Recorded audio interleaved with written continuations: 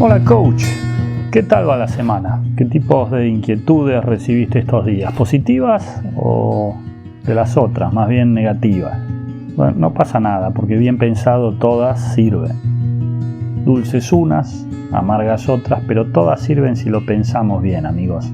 Ya mencioné alguna vez yo el tema de las preguntas y sobre todo de las respuestas que deberíamos dar en nuestras clases, pero insisto, ¿nunca te quedaste en blanco, sin saber qué decir?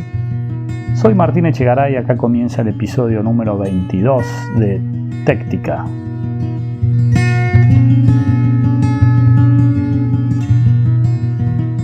Hace unos cuantos años mi hijo, que por entonces tendría alrededor de 4 o 5 añitos, estaba obsesionado con los animales, como seguramente les habrá pasado con muchos de sus hijos, a los que tengan hijos. Animales de todo tipo, desde dinosaurios hasta animales de granja, y bueno, jugaba con sus muñequitos. Esos que además normalmente dejan en el suelo, ¿no? Después de jugar, y algún día a la noche te despertás porque tu hijo tose y vas descalzo a su cuarto, y ahí es cuando te clavas un triceratops en un pie, una jirafa en el otro y demás. Un día, en un momento dado, nos preguntó, estaba jugando con sus muñequitos y nos preguntó: ¿cuánto pesa un elefante? Es la típica pregunta que te agarra sentado en el sofá sin el móvil a mano, incapaz de atinar una respuesta adecuada, ¿no? El móvil, digo, para consultar rápidamente la Wikipedia. No sé, Tomás, eso se mide en algo que se llama kilos o toneladas, que serán unas 3 o 4, pesa más que un coche, le dije. No, nos respondió bien decidido, en tigres. Quiero saber cuánto pesa en tigres. Bueno, lógicamente es una anécdota que quedará para la historia de la familia, pero la traigo acá porque esto muchas veces ocurre en nuestras sesiones. El alumno, nuestro jugador, que se supone que no sabe, o que sabe menos que nosotros, nos pregunta algo que se supone que debemos saber, porque nosotros supuestamente sabemos mucho de lo nuestro, ¿no? Pero la respuesta es muy difícil. Y entonces ahí se replican varios escenarios.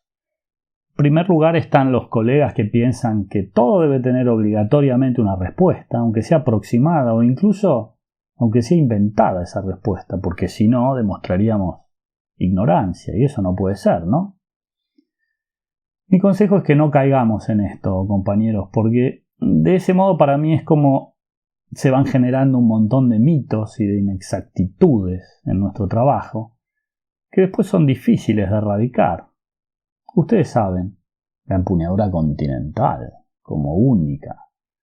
Las paredes son muy fáciles en el pádel, y por eso el pádel crece tan rápido, cosa que para mí es una falacia.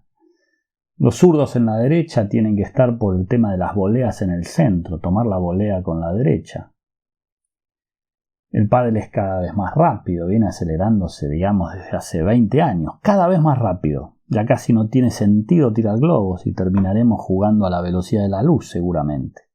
Y así una larga lista de cosas que se van replicando y que, bueno, pasan a formar parte del saber cotidiano general del pádel. No, yo creo que no está mal para nada decir no lo sé. O quizás mejor, buena pregunta, estudiaré un poco el tema y lo iremos trabajando. O algo similar.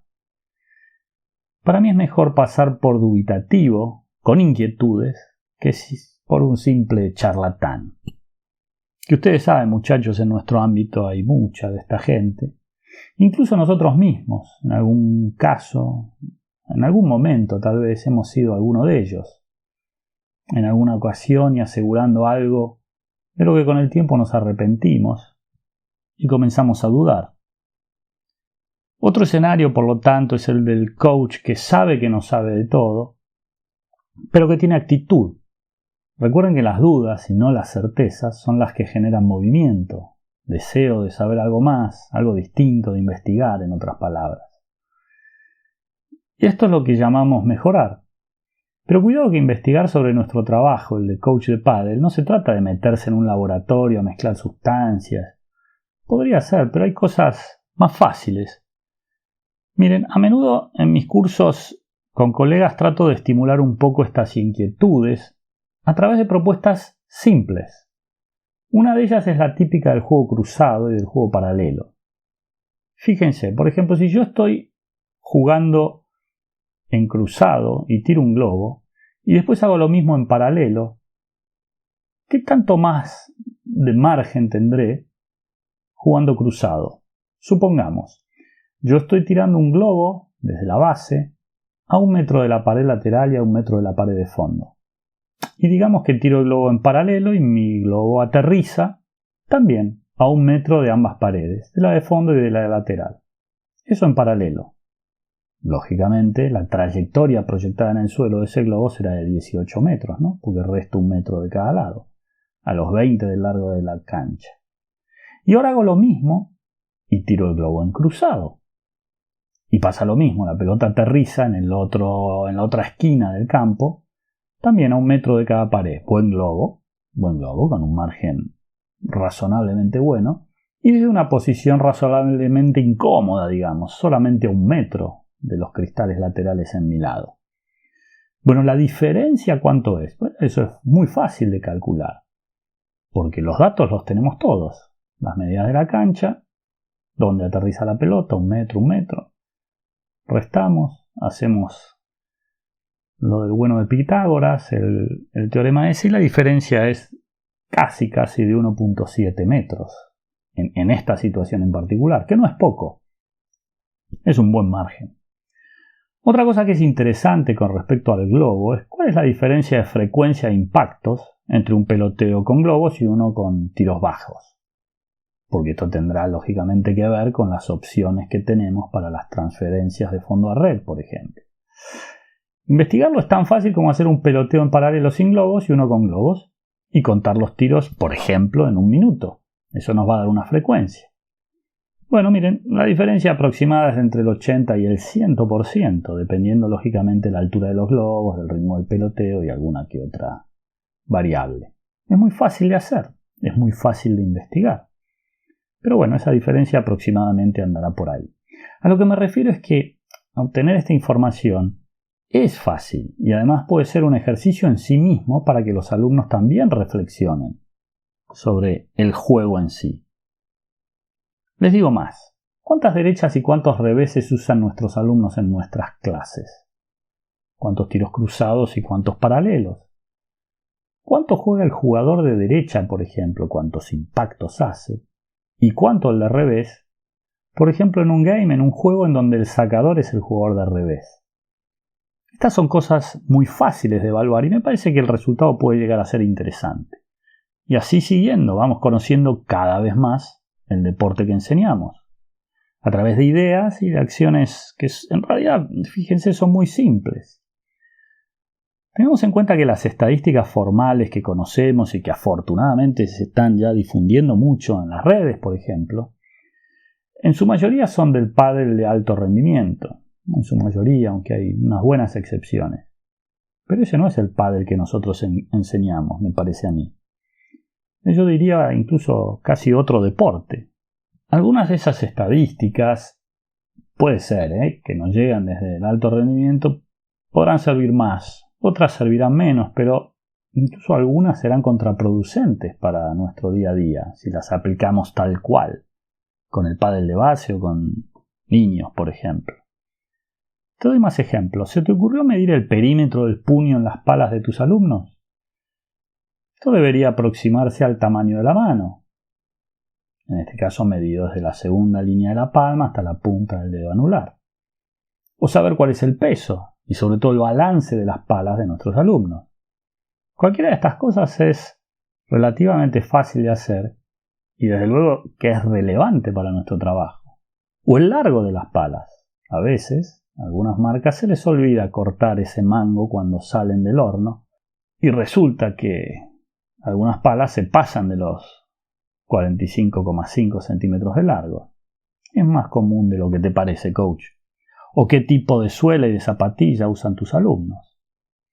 Otra idea que a mí me resultó muy interesante es la de desafiar algunos de esos mitos que fuimos creando.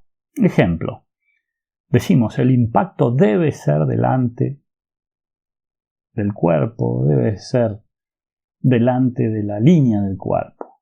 Yo estaba seguro de que debía ser así, de hecho lo decía, lo enseñaba así, hasta que se me ocurrió una vez el desafío de filmarme, o de filmar también a mis jugadores de cualquier nivel. Desde el costado, por supuesto, para comparar. En el saque, por ejemplo. Háganlo, se los recomiendo. Es muy fácil a día de hoy con el móvil o con la tablet. Es muy fácil.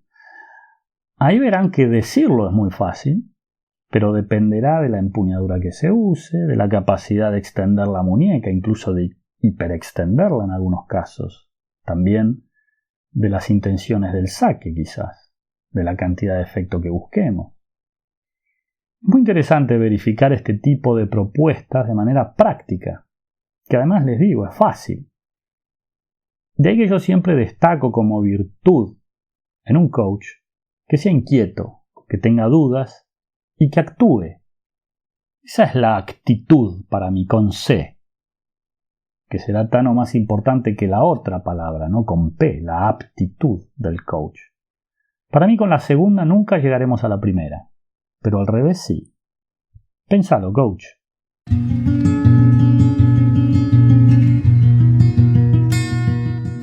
La cuestión, compañeros, es admitir que no podemos saberlo todo, que ante muchas preguntas tendremos que admitir que tendremos dudas y no pasa nada con reconocerlo a nuestros alumnos o jugadores. Pero al mismo tiempo, ellos deben saber que nuestra actitud siempre será la de incrementar nuestro conocimiento, porque nos preocupa y porque de tanto en tanto se lo demostramos.